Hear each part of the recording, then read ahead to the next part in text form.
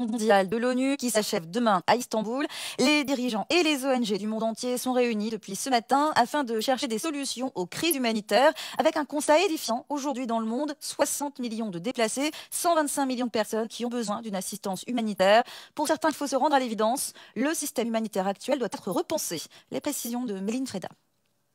De la nourriture. Hanoï en voie de normalisation. Barack Obama, en déplacement au Vietnam, vient d'annoncer la levée de l'embargo sur les armes, l'un des derniers vestiges de la guerre froide. Un déplacement qui rapporte le géant américain Boeing a profité de la visite du président américain pour sceller une commande de plus de 11 milliards de dollars. Le point avec Frank Rauschendorf.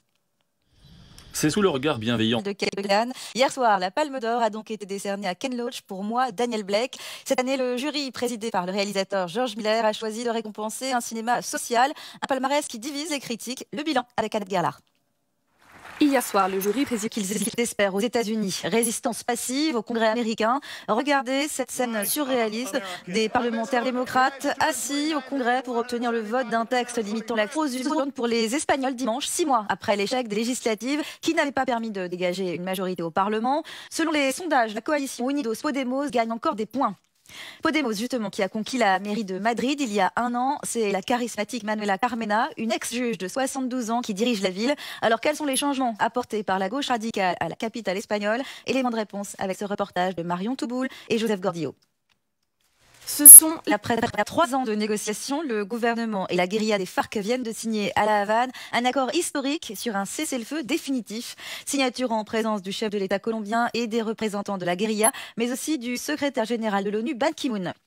Cet accord va pouvoir mettre un terme à une période tragique de 50 ans de guerre civile, 260 000 morts, 45 000 disparus et près de 7 millions de déplacés. Barbara Laure. c'est le dernier pas.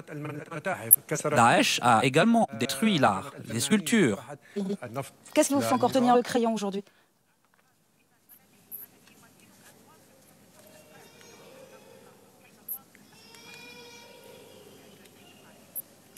Avec nous, vous étiez en direct de Bruxelles. Merci encore. La Grèce au cœur des discussions à Bruxelles. Les ministres des Finances de la zone euro espèrent trouver un accord dans les meilleurs délais sur le déblocage d'un nouveau prêt à la Grèce, d'autant vivant vis-à-vis de ses créanciers. Un défi qui s'annonce plus difficile que prévu à relever. Aujourd'hui, impossible de couper davantage dans les dépenses publiques. Seule solution, de nouvelles hausses d'impôts pour les hauts revenus et les classes moyennes. Des citoyens déstabilisés face à cette révolution fiscale. Un report. On aura tout entendu, ou presque, sur le port du voile. Quel regard portons-nous sur les femmes voilées? Une question au cœur de la nouvelle création de Myriam Marzouki, une pièce de théâtre documentaire présentée en ce moment à Dijon dans le cadre du festival Théâtre en mai. Ce qui nous regarde offre aux spectateurs une autre vision de la femme derrière le voile. Un reportage signé Frédéric Cantu, Christian Mignard et Sébastien Demenoy. Évidemment, un coup de tonnerre. Bonsoir Vladimir Vazak. Alors Vladimir, on vient de le voir, hein, les partis nationalistes européens se frottent les mains. Est-ce qu'il faut s'en inquiéter? Écoutez, De repartir sur de nouvelles bases peut-être, et en direct depuis Bruxelles. Ayane Beck, vous êtes d'accord avec ça? Ce Brexit peut relancer l'Union européenne? Il peut le faire, mais il y a un manque de celui italien. Si lui il pouvait jouer quelque chose, ce serait mieux. Et pourquoi, Matteo Renzi? Il est dynamique, il y a beaucoup d'idées. Gringolade sur les places financières, panique à la City, la livre sterling est au plus bas, les bourses de Londres, Francfort et Paris sont en net recul. Ayane Beck, quelles sont les conséquences? Et que retour en Ukraine de Nadia Savchenko, la chef de la diplomatie européenne, avait appelé à plusieurs reprises à la libération de cette pilote ukrainienne. Moscou a donc finalement donné son feu vert à son transfert après 2 ans de détention. Elle avait été condamnée pour complicité de meurtre. Elle est aujourd'hui considérée comme un symbole de la résistance à la Russie. Thomas Simon. un accueil. Le processus de paix au Proche-Orient. L'arrivée au gouvernement israélien de l'ultranationaliste Avigdor Lieberman, qui plus est un poste stratégique, ministre de la Défense. Cette coalition avec le parti d'extrême droite fait du nouveau cabinet Netanyahou anciennement condamnés ne peuvent pas voter. À quelques mois maintenant de la présidentielle, certains États rétablissent ce droit à d'anciens prisonniers afin de faciliter leur réinsertion. C'est le cas de la Virginie, jusqu'ici très répressive en la matière. 200 000 personnes, principalement des Noirs, sont concernées. Reportage, journal un détour par Berlin où deux sœurs se battent pour exporter la littérature turque. Depuis 5 ans, leur maison d'édition publie des auteurs traduits en allemand. Mais leur combat, qui n'est évidemment pas toujours du goût d'Ankara, les prive aujourd'hui de subventions pour promouvoir ces auteurs. Ce n'est pas nouveau. La liberté d'expression est plus que jamais un combat en Turquie. Reportage, Léonie Gatman et Arnaud Kanzla. Vous proposions la web-série Areva, bombe à retardement du nucléaire français.